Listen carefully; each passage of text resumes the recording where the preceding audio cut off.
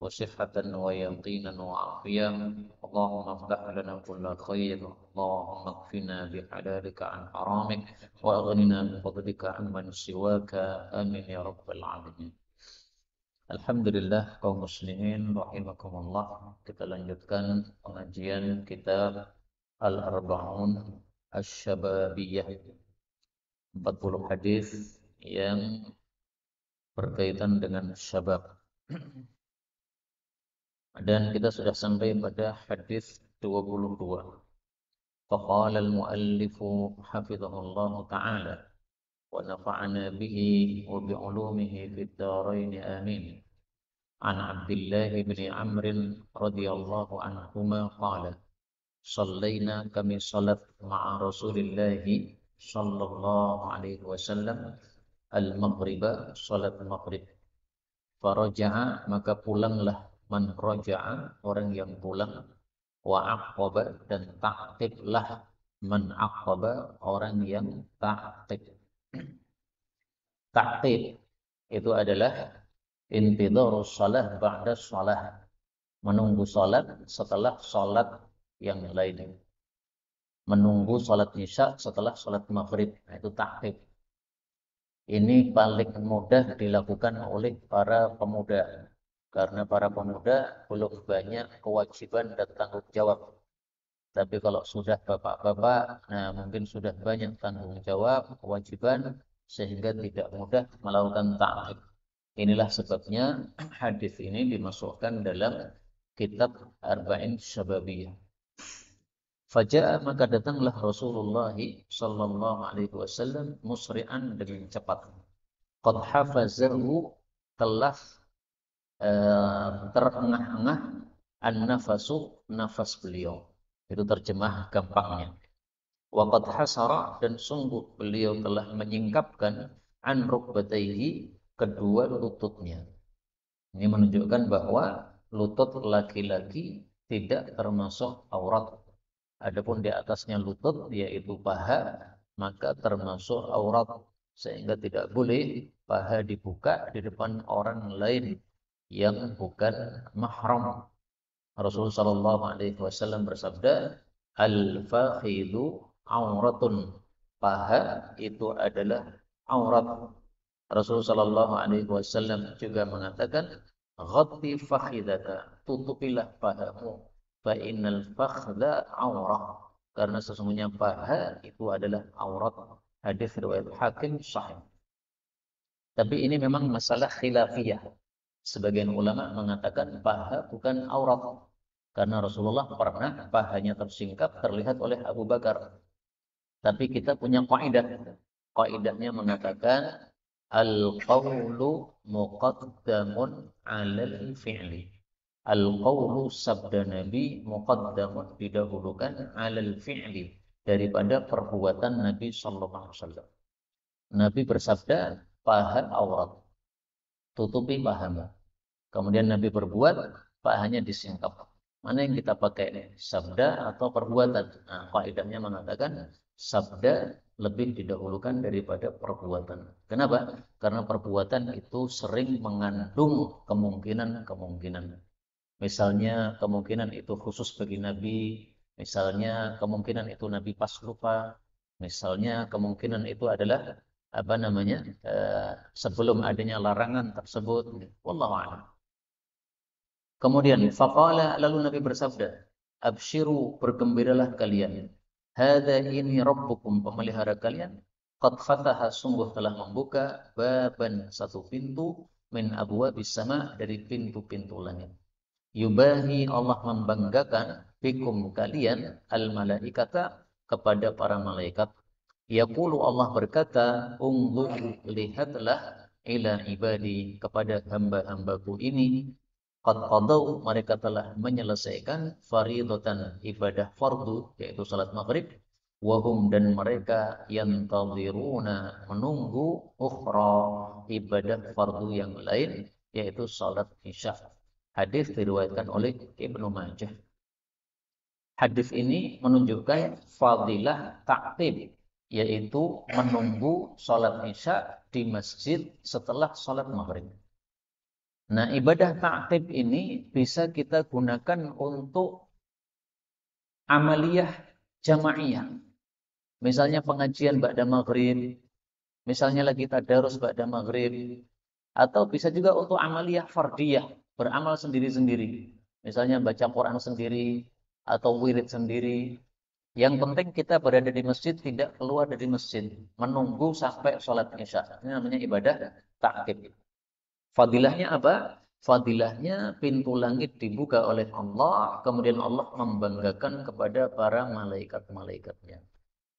Muncul pertanyaan, kalau pintu langit dibuka, terus fadilahnya apa? Toh kita nggak bisa naik ke langit. Maka jawabnya adalah, kalau pintu langit sudah dibuka, maka doa lebih mustajab. Karena doa kita naik kepada Allah Subhanahu wa Ta'ala. Dalilnya disebutkan oleh Allah pada surah Fatir. Ilaihi yas'adul kalimut thayyib. Fatir ayat 10. Hanya kepada Allah kalimat yang baik itu naik. Nah, maka doa termasuk kalimat yang baik. Sehingga kalau kita melakukan ibadah ta'qib, kita doa, ini lebih mustajab. Karena pintunya sudah dibuka oleh Allah Subhanahu wa Ta'ala. Tinggal kita berdoa, doanya naik ke langit, kemudian sampai kepada Allah Subhanahu wa Ta'ala. Maka inilah fadilah melakukan ibadah ta'qib. Hadis ini diriwayatkan oleh Ibnu Majah, sehingga kurang populer hadis ini karena tidak banyak orang yang mempelajari kitab Sunan Ibnu Majah. Dan hadis ini saya populerkan di masjid-masjid mulai pada tahun 2010 waktu itu. Saya tampilkan hadis ini kepada takmir masjid, kepada jamaah masjid, sehingga setelah mereka mengetahui fadilah ini, mereka pada semangat mengadakan pengajian-pengajian pada maghrib. Salah satunya yang saya ingat itu di Klaten, waktu saya masih mengajar di pesantren Ibnu Abbas Ustaz Muin. Maka di situ ada satu masjid yang kosong, tidak ada pengajian. Dalam satu pekan cuma satu kali pengajian, itu pun pesertanya 2 orang, 3 orang, sangat sedikit. Tapi begitu disampaikan hadis ini, akhirnya banyak yang datang di pengajian. Bahkan mereka minta jadwal pengajian baru bersama saya setelah ada pengajian yang pertama tadi bersama Ustadz yang lain. Maka ini satu semangat masyarakat ketika sudah mengetahui fadilah yang ada dalam majelis seperti ini. Kemudian hadis ini mengingatkan kita satu perkataan dari Sayyidina Salman. Dia mengatakan ahyu ma baina al-isya'aini. Ahyu, hidupkanlah ma bainal isya'aini. Waktu di antara dua isya. Dua isya itu maksudnya maghrib dan isya. Jadi waktu antara maghrib dan isya ini menurut Sayyidina Salman termasuk waktu yang utama. Sehingga sepantasnya dihidupkan. Dihidupkan maksudnya, ahyu maksudnya bil ibadah. Dihidupkan dengan ibadah. Nah, paling gampang menghidupkan dengan ibadah ya kalau kita di masjid. Kalau kita di rumah, sudah banyak penyebab gangguan-gangguan ibadah. Ada kalanya televisi, ada kalanya HP dan sebagainya. Atau anak-anak yang akan mengganggu kita. Tapi kalau di masjid maka ini lebih khusyuk untuk melakukan ibadah kepada Allah Subhanahu wa Ta'ala. Kemudian dari hadis ini juga kita ambil pelajaran bahwa setelah maghrib itu ada roja'ah, ada yang balik ke rumah, ada aqobah, ada yang tinggal di masjid. Inilah kondisi para sahabat Nabi SAW di masa itu. Kalau kita pulang setelah maghrib, maka paling bagus sholat sunnah kita berada di rumah, bukan di masjid. Tapi kalau kita termasuk yang ta'qib, maka silahkan sholat sunnahnya di masjid. Dalilnya adalah sabda Nabi SAW ketika beliau melihat orang-orang setelah maghrib sholat di masjid, sholat sunnah. Maka beliau berkomentar, hadhihi sholatul buyut. Ini adalah sholat-sholat rumah. Yakni subhah ba'dal maghrib. Yang beliau maksud adalah sholat sunnah setelah maghrib. Ini hadis riwayat Abu Dawud. Ini hadis berlakunya untuk orang-orang yang pulang ke rumah. Tapi kalau orang-orang yang sudah berada di masjid pada maghrib sampai isya, maka hadis ini tidak berlaku karena dia sholat sunnahnya tetap berada di masjid tersebut. Hadis 23. An Kharasyah, dari Kharasyah ibn al-Hurri qala. Ra'aitu, saya melihat Umar bin Al-Khattabi, Umar bin Khattab radhiyallahu an, yadribun nas, memukul orang-orang, alal hadis, karena ngobrol ba'dal isya, setelah isya. Wa yaqulu, dan Umar mengatakan, asamarun, apakah obrolan awwalal lail, di awal malam, wa naumun, dan tidur akhirahu, di akhir malam. Maksudnya apakah pantas seseorang itu ngobrol awal malam, kemudian tidur akhir malam? Ini tidak pantas. Hadis diriwayatkan oleh Ibnu Abi Syaibah dalam kitabnya Kitab Al-Musannaf.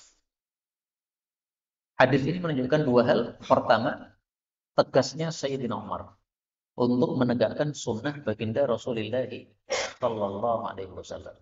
Sehingga orang-orang yang tidak menegakkan sunnah beliau, maka oleh Sayyidina Umar dipukul pakai pentung.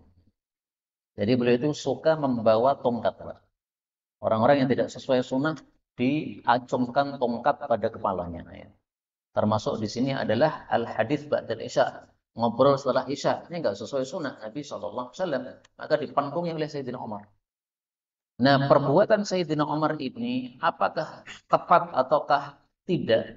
Rasulullah Shallallahu Alaihi Wasallam bersabda, Inna Allah ja'alal haqqa ala lisani Umar wa qalbihi.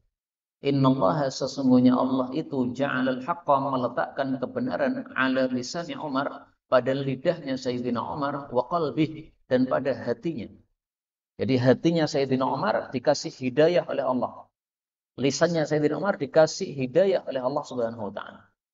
Sehingga ketika Sayyidina Umar melihat orang-orang ngobrol pada isya, hatinya tidak suka. Ini efek dari hidayah Allah Subhanahu wa taala. Kemudian beliau lisannya mengingkari sambil membawa pentung seperti ini. Ini sesuatu yang baik. Rasulullah Shallallahu Alaihi Wasallam juga bersabda tentang seorang pemimpin yang baik. Bagaimana sifat-sifat atau ciri-ciri pemimpin yang baik? Rasulullah bersabda, Man min abdin, tidak ada seorang hamba, istar'ahu Allahu ra'iyatan, yang dijadikan oleh Allah sebagai pemimpin suatu rakyat, falam yahudha binasihatin, lalu dia tidak menjaga rakyatnya dengan nasihat, illa lam yajid raihatal jannah, kecuali pasti tidak akan mendapati bau surga. Ini hadis riwayat Bukhari nomor 7150. Nah, maka Sayyidina Umar ini termasuk orang yang yahudha binasihah, menjaga rakyatnya dengan nasihat. Melihat rakyatnya tidak benar, nah, maka diluruskan. Habis isya kok pada ngobrol, nanti akhir malam pada tidur. Ini terbalik. Mestinya awal malam tidur, akhir malam bangun, salat tahajud. Nah, maka inilah nasihat yang dikehendaki oleh Sayyidina Umar kepada rakyat-rakyatnya. Kemudian faedah yang kedua, hadis ini menunjukkan makruhnya samar, ngobrol di awal malam, dan makruhnya tidur di akhir malam gara-gara ngobrol terlalu panjang di awal malam itu. Maka ini tidak sesuai dengan sunnah Rasul SAW. Mari kita lihat sunnah Rasul bagaimana.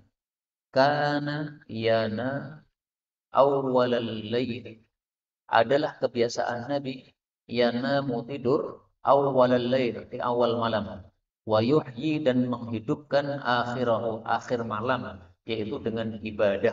Hadis riwayat Ibnu Majah sahih. Nah, jadi awal malam tidak untuk ngobrol, karena kalau awal malam untuk ngobrol, akhirnya tidurnya jadi terlambat. Kalau terlambat, akhirnya tahajudnya jadi berantakan. Nah, maka Rasul Sallallahu Alaihi Wasallam mensunnahkan tidur di awal malam. Di pesantren saya dulu, guru kami Al-Ustadz Mudzakkir hafizahullah kasih peraturan tidur itu jam 10 malam. Jam 10 malam belum tidur, ini pelanggaran. Maka beliau biasanya keliling itu. Saya pernah, Pak, ketahuan jam 10 kurang 5 masih belajar. Maka beliau menegur, sudah mau jam 10, persiapan.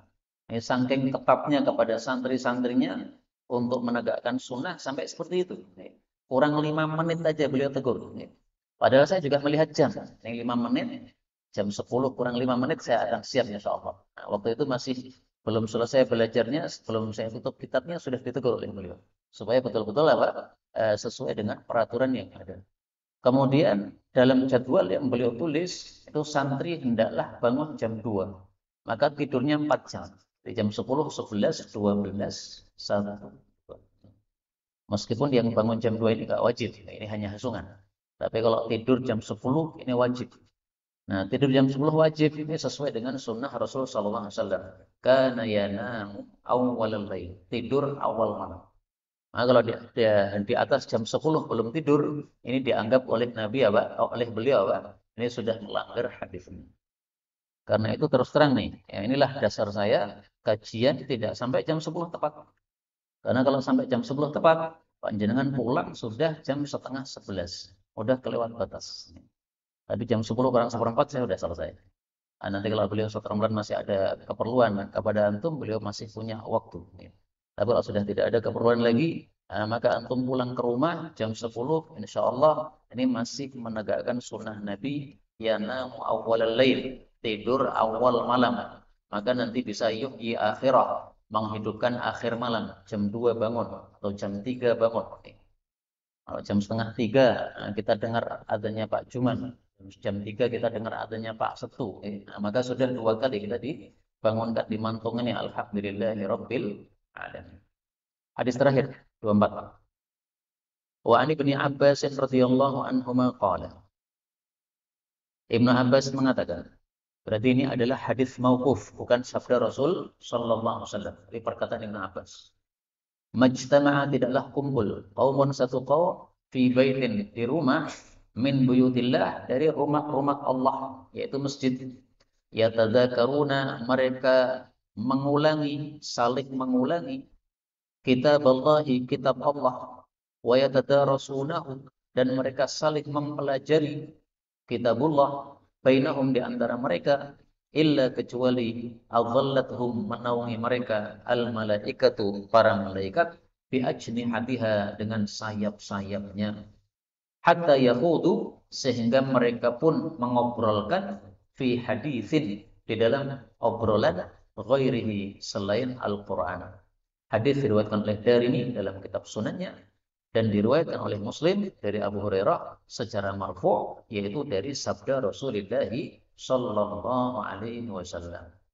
Jadi hadis ini sabda Nabi. Cuma Ibnu Abbas menyampaikannya dalam bentuk perkataan dia sendiri. Tapi jelas ini sabda Rasulullah sallallahu alaihi wasallam. Hadis ini menghasung kita untuk melakukan yatadarasun, tadarus. Tadarus yaitu dari kata-kata darosa, mempelajari. Maka yatadarasun, saling mempelajari. Satunya membaca, satunya mendengarkan. Ini saling mempelajari. Maka kalau ada yang salah, maka yang mendengarkan mengingatkan atau membenarkan. Ini saling mempelajari.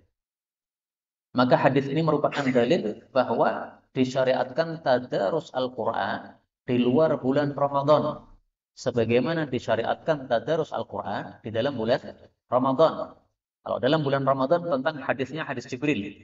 Jibril turun dari langit, tadarus bersama Rasulullah SAW. Kalau di luar Ramadan, ini hadisnya. Majtama'a qaumun, tidaklah kumpul satu kaum. Enggak disebutkan kumpulnya kapan. Berarti ini bebas, mutlak, umum, ya, baik Ramadan maupun di luar Ramadan. Ini termasuk satu sunnah Rasul SAW. Fi baitin min buyutillah, di rumah Allah. Ini tidak harus di rumah Allah. Di rumah kita masing-masing fadilahnya tetap sama. Jadi ketika ada majelis tadarus, maka sakinah turun, malaikat datang, rahmat Allah turun. Itu tidak hanya kalau di masjid saja. Lah bagaimana dengan hadis ini mengatakan masjid ini masuknya dalam bab kharaja makhraja al-ghalib. Kharaja, keluar atau muncul kalimat masjid, ini makhrajal ghalib, karena kebiasaannya dilakukan tadarus di masjid. Jadi kalau tadarus di lapangan gimana? Sama. Turun rahmat ke lapangan tadi. Tadarusnya di rumah masing-masing gimana? Sama. Turun rahmat di rumah tersebut. Maka kalimat min buyutillah ini tidak mengikat, ya. Jangan memahami hadis dengan pemahaman pribadi, karena kita bukan ulama. Pahamilah hadis dengan pemahaman para ulama. Taunya dari mana ini? Ya dari para ulama. Para ulama yang mana? Lihat kitab syarahnya. Ini kan diriwayatkan oleh Muslim nih. Ada syarahnya Sahih Muslim. Penjelasan untuk Sahih Muslim ada. Silahkan dibaca di sana. Nah, dijelaskan oleh para ulama min buyutillah. Ini kharaja makharajal ghalib. Sehingga dimanapun juga fadilahnya tetap sama. Dan saya ulang-ulang lagi bahwa jangan sekali-kali kita pahami dalil atau hadis dengan pemahaman pribadi. Karena kita bukan ulama. Pahamilah hadis Nabi dengan pemahaman para ulama. Karena kita bukan ulama. Kemudian dari hadis ini kita ambil faedah yang lain. Bahwasanya para malaikat itu sangat suka terhadap tadarus Al-Quran. Dan mereka masih berada di situ sampai yakhudu fi haditsin ghairi. Kalau sudah ngobrolkan yang lain, tadarusnya sudah berhenti, nah malaikat sudah pergi. Maka malaikat itu sangat suka terhadap bacaan Quran. Para ulama menjelaskan, kenapa malaikat itu suka terhadap bacaan Quran? Karena mereka tidak diberi oleh Allah ibadah baca Quran. Sehingga mereka sangat suka dengan orang yang baca Quran. Kalau ada orang baca Quran, maka mereka berkerumun datang. Kalau ada orang berdiri salat, maka malaikat membuka mulutnya di depan mulutnya orang yang baca Quran dalam salat. Sehingga bacaan Qurannya masuk pada mulutnya malaikat. Saya tampilkan dalilnya. Rasulullah Shallallahu Alaihi Wasallam bersabda, "Idza qama ar-rajulu yatawadda." Kalau seseorang berdiri berwudu, lailan aw nahara, mau siang mau malam sama saja. Fa ahsanal wudu wastanna. Dia wudu dengan baik dan gosok gigi. Tsumma qama fa shalla. Lalu dia bangun salat. Atafa bihil malak. Malaikat mengelilingi dia. Wadana minhu, mendekat padanya. Hatta yad'afahu ala fihi. Lalu letakkan mulutnya di depan mulutnya orang tadi. Fama yaqra'u illa fi fihi. Maka dia tidak membaca Quran kecuali masuk mulutnya malaikat. Jadi pas kita sholat tahajud, itu sambil menghayati ini, Pak. Baca Quran, pas sholat itu, mulut kita masuk pada mulutnya malaikat. Bacaannya masuk pada mulutnya malaikat. Tapi syaratnya harus gosok gigi. Wa idza lam yastanna, kalau tidak gosok gigi, atau fabihi, malaikat cuma keliling, wala yad'afahu ala fi, tapi tidak mau menaruhkan mulutnya di depan mulut orang tadi. Jadi malaikat ternyata paham abab. Ababmu kecing, paham. Sehingga beliau tidak mau membuka mulutnya. Apa dalilnya? Bahwasanya malaikat itu paham abab. Rasulullah bersabda, "Innal malaikah, sesungguhnya para malaikat tata'adza, terganggu mimma yata'adza minhu banu Adam, dari sesuatu yang manusia terganggu darinya. Bau yang enggak enak ini manusia terganggu. Nah, malaikat juga sama, terganggu. Hadis riwayat Muslim. Maka menunjukkan bahwa kalau kita sholat tahajud, sholat malam, hendaklah menggosok gigi dulu supaya malaikat memakan atau memasukkan bacaan kita dalam mulut mereka. Terakhir, hadis ini menunjukkan bahwasanya malaikat itu memiliki ajnihah, sayap-sayap. Tetapi para ulama katakan malaikat ini tidak disifati dengan laki atau perempuan. Kalau manusia ada laki, ada perempuan. Jin ada laki, ada perempuan. Tapi malaikat laisu dzukuran wala inatsan. Bukan laki, bukan perempuan. Mereka punya sayap dan mereka tidak disifati laki atau perempuan. Tentang sayap para malaikat, Allah sebutkan juga dalam Al-Quran, yaitu pada surat Fatir ayat 1. Alhamdulillahi fatiris samawati wal ardh, ja'ilil malaikati rusulan uli ajnihatin mathni wa thulatha wa ruba'. Uli ajnih, mereka memiliki sayap-sayap. Mathna, ada yang 2 sayapnya, seperti burung ya, 2. Wa thulatha, ada yang 3 sayapnya. Wa ruba', ada juga yang 4. Ada enggak, Pak, yang sayapnya lebih dari 4, Pak? Ada enggak? Ada. Dalilnya, yazidu fil khalqi ma yasha. Allah menambah di dalam ciptaannya apapun yang dia kehendaki. Maksudnya, ada yang sayapnya lebih dari 4. Malaikat Jibril sayapnya berapa? 600 sayap. Sittu mi'ati janahin. Ra'aitu, saya melihat Jibril, malaikat Jibril, lahu sittu mi'ati janahin. Dia memiliki 600 sayap. Hadis riwayat Tabarani sahih. Demikian juga diriwayatkan oleh Bukhari, saya ingat saya, tapi tidak disebutkan di sini. Inilah kaum muslimin rahimani wa rahimakumullah, 3 hadis yang dapat kita pelajari pada pertemuan kali ini. Yang pertama, ibadah ta'qib, pada maghrib tetap di masjid untuk ibadah sampai isya. Yang kedua, tidur awal malam, maka maksimalnya jam 10, mari tidur. Kemudian yang ketiga adalah tadarus Al-Quran, maka malaikat akan mengerumuni majelis tadarus kita. Karena itu, mari kita adakan majelis tadarus pekanan. Tidak hanya Ramadan saja, tapi pekanan. Alhamdulillah, saya bersama teman-teman sudah ada majelis tadarus pekanan di rumah, yaitu hari Jumat.